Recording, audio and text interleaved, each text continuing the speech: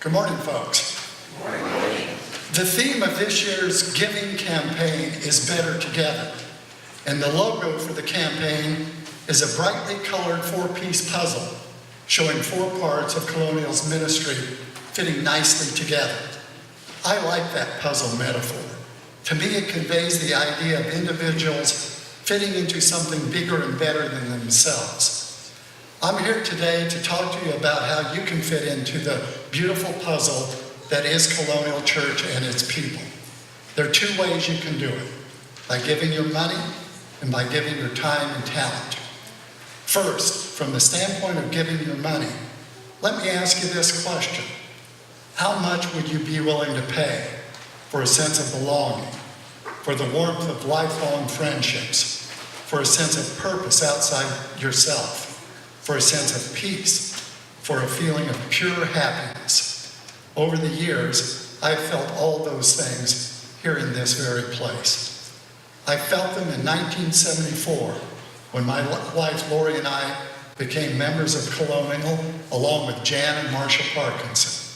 I felt them during Advent festivals when Bob Greenhall cut Yuletide logs and drilled holes in them for my children to put their candles in. I felt them during numerous gourmet dinners, even the one at my home when my own dog bit me and I uttered a profanity in front of Bill and Betty Berkeley and ended up in the emergency room with a puncture wound. I felt them at the annual Christmas pageant when my son Jonathan played Joseph to Missy Lee's Mary and Frank Robertson was a bejeweled wise man. I felt them at weddings, baptisms, memorial services, picnics, potluck dinners, softball games, and at hundreds of worship services with thought-provoking sermons and music from a heavenly choir that left me with that peaceful, easy feeling that Colonial bestows. Another and even more important reason to contribute to Colonial is that it truly helps extend the influence of Christ throughout the world. Colonial carries out this mission through its many ministries. Here are just a few.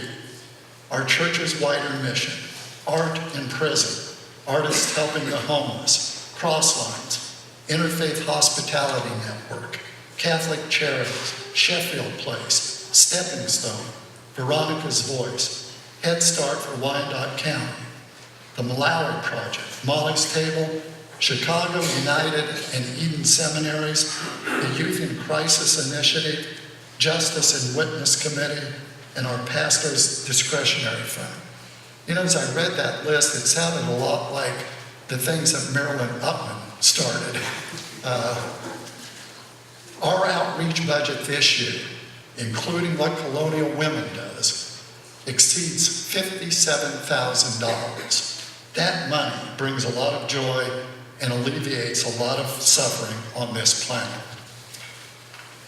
So I invite you to give as generously as you can of your money. I think you will find that as Colonial thrives, your life will be enriched. Sustaining giver cards are being mailed out on November 6th. You may either mail them back to the church with the envelope, which will be enclosed, or bring them forward on Sunday, November 18th, when the giving campaign concludes. Now, as far as time and talent go, let me say that I wasn't always in a position to give as much monetarily as I do now.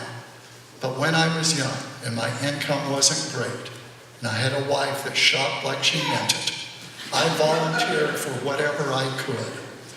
I served on several boards, and I even served for 2 years as moderator when I was 37 years old, less than half my current age. The more I got involved, the better I felt, and the more I was rewarded with friendships and that feeling of belonging, fitting into the Colonial puzzle. I hope you all have had and will experience that same feeling. To that end, please take a look at the individual interest survey that is provided in the pews. This is what it looks like when it's on the screens. We're asking you to complete that and leave it here today for the ushers to pick up. It is divided into 3 parts. The first one is groups to attend, where all you have to do is just show up. The second one involves getting involved in the activity, so a little bit more of a commitment in time. And on the back of the form, it asks if you're interested in actually serving on some of the boards that carry on the work of the church, even becoming moderator, a wonderful job, I must admit, or assistant moderator in the church. So if you would fill that out and leave it in the pews today, it's going to be mailed out also with the giving cards that are going to be mailed November 6th. If you leave one here today, we will not enclose that form with the cards. But if you don't fill it out today, we will send a form to you, and you can complete that and return it when you return your giving card, or bring it forward on November 18th. It's also going to be available in an online format for people that wish to complete it that way instead of filling out the form. We want people to circle at least one item on that form, and you can indicate 2 different things. One, an item that you're interested in by circling the I, or if you're already involved in it, circle the A. Then the results of the survey, once they're gathered together and collated, will be furnished to the church leaders so that they can invite people to get involved in the items that they've indicated an interest in.